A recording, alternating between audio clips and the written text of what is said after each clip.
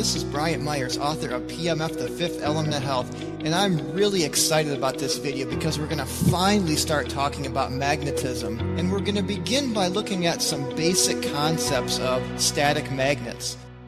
Many of us were exposed to magnetism at a young age with horseshoe magnets, bar magnets, refrigerator magnets, and many toys that use magnets. In fact, magnets are all around us. Computer hard drives, magnetic recording and data storage equipment, tape recorders, VCRs, microphones, headphones, loudspeakers, motors, which includes washing machines, drills, food mixers, vacuum cleaners, hand dryers, etc., all use magnets. Industrial lifting magnets, like the junkyard magnets. Magnetic levitation used in magnetic trains. Door catches and magnetic locks. Magnetic suspension in your car and magnetic brakes. In fact, your car has a lot of magnets in it. Jewelry and bracelets have a lot of magnets. Of course, toys, games, puzzles, magnets are all over the place. Electric doorbells and buzzers use magnets. Scientific equipment such as mass spectrometers, particle accelerators use magnets. Magnets are also heavily used in industry, mining, food processing, glass and plastic, where industrial ceramic magnets remove impurities. In allopathic medicine, powerful magnets are used in MRIs, which is magnetic resonance imaging,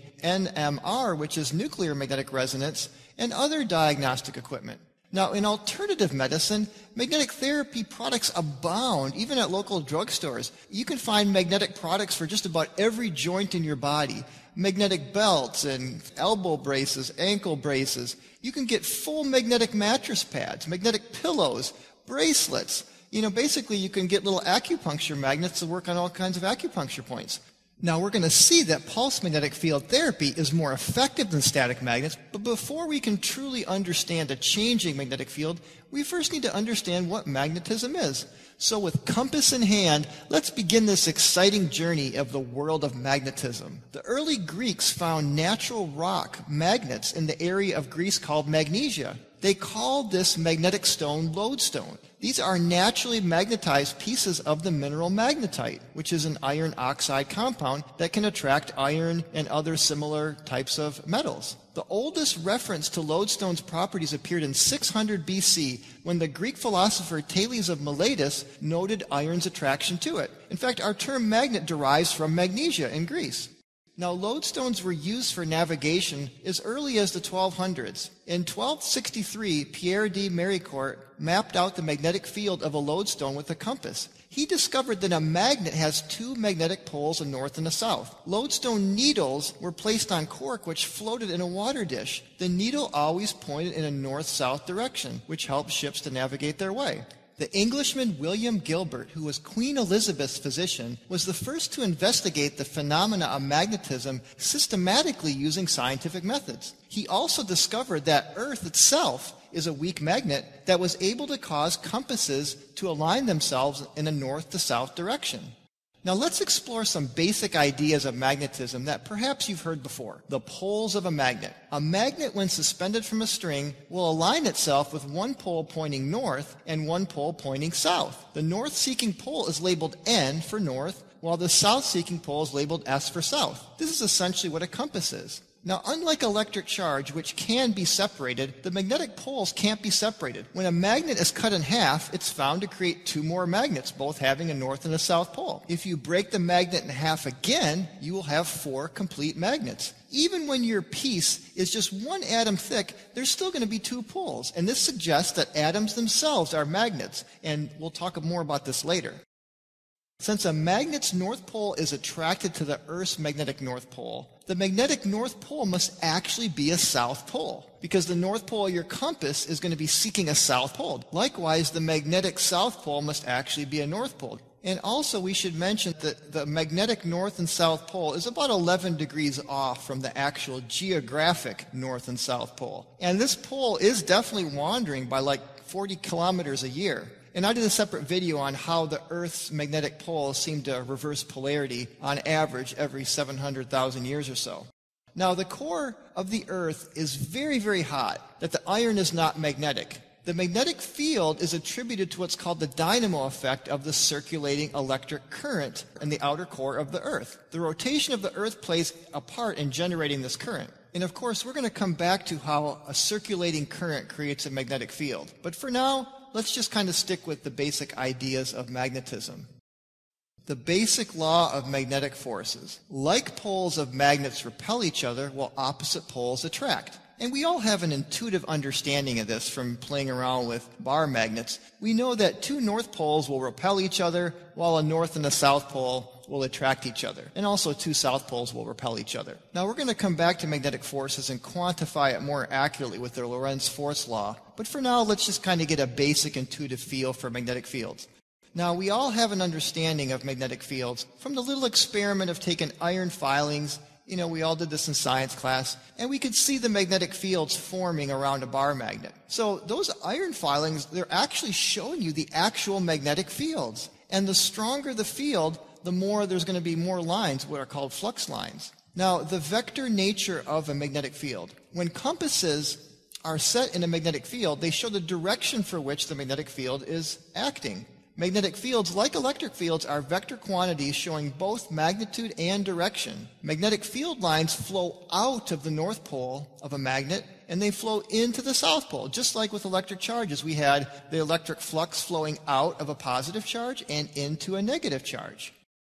Now, fields between attracting and repelling poles. Now look at these images here. The field lines between attracting poles, which is a north and a south pole, link together, while fields of repelling poles stay apart. And you can see the flows kind of flowing them apart.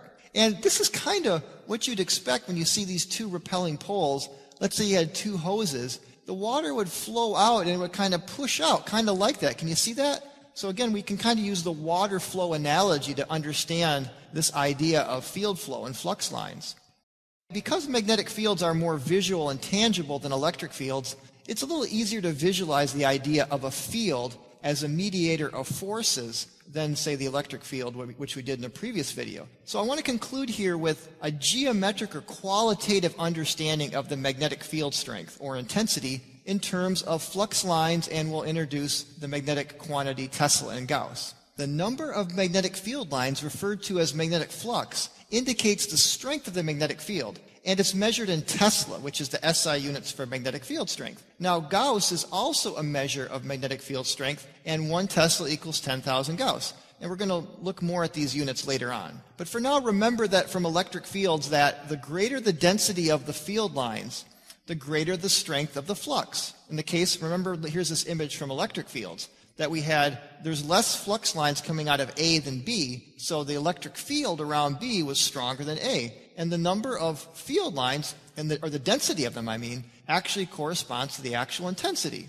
So here's a little image of a magnetic field around a spherical north and south pole magnet, like the Earth. You'll notice that the field lines are closer together at the north and south poles, and they're further apart at the equator. And it turns out, like on the Earth, for example, the magnetic field is twice as strong at the poles than it is at the equator, roughly speaking. So let's take a look at some values of magnetic fields, just to kind of give you an intuitive feel for magnetic field strengths with things that you can relate to.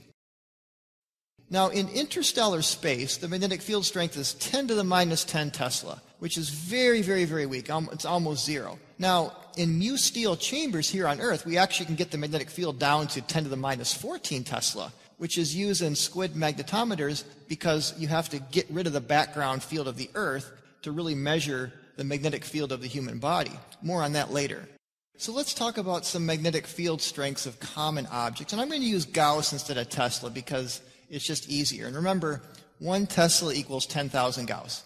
So the Earth's magnetic field averages about 0.5 Gauss, which is 0.33 at the equator, 0.66 at the poles. The Sun's magnetic field, interestingly, is only about double the Earth's at about 1 Gauss, and it's because the Sun is much larger, so the field is much more spread out. Now, low-intensity PEMF devices, which I really feel are the safest and best intensities to use, are in the range of around 0.1 to 5 Gauss. Now, refrigerator magnets are going to be around 100 Gauss. Medium-range PEMF intensity devices that I don't recommend, but they're still not terrible, are going to be in the range of 10 to 1,000 Gauss. And sometimes they use millitesla, just as microtesla is used in low intensity. A good ceramic magnet, if you've ever seen some really of those strong ceramic magnets, they're going to have around 2,500 to 4,000 Gauss. The neodymium magnets, which are really the strongest permanent magnets, are going to be rated around 12,000 to 14,000 Gauss. Now, junkyard magnets, which pick up entire cars, are electromagnets, and they're working in about the 1 to 2 Tesla or 10,000 to 20,000 Gauss range as well.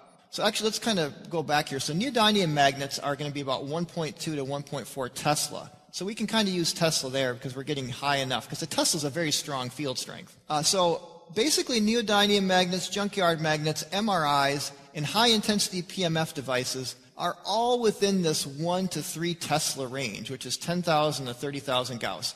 So for PMF, I absolutely advise against getting high intensity, because think about it. If you get a 1 to 2 Tesla PMF device, that's the same field strength as a junkyard magnet that can pick up a whole car. Do you really want that kind of intensity pulsing through your body? I certainly don't. You can use these short term, but it's not something you want to use on an ongoing basis. And I strongly, strongly advise against it. And I've done a whole video series, which I'll put at a link below this video, of why more is not better. So we're going to keep coming back to this theme of less is more and why you want a low intensity frequency resonance PMF system. But in this video, I just kind of wanted to give you an introduction to what magnetic fields are, the magnetic force from a qualitative perspective, and just kind of this idea of magnetic field intensities and using everyday objects so you can kind of put all these field strengths in perspective. And in conclusion, I do need to say that PEMF, or pulsed electromagnetic fields, are time-varying magnetic fields. So they are different than static fields, and actually they're more potent, so you don't need the high intensities because they're time-varying. And we're going to see why that is so as this course progresses. So thanks for watching. In the next video, we're going to take a closer look at the physics of the magnetic force, magnetic fields, and the true nature of magnetism as it arises in the atomic level, and how circular current loops create the same magnetic field that static magnets do. So I look forward to seeing you in the next video.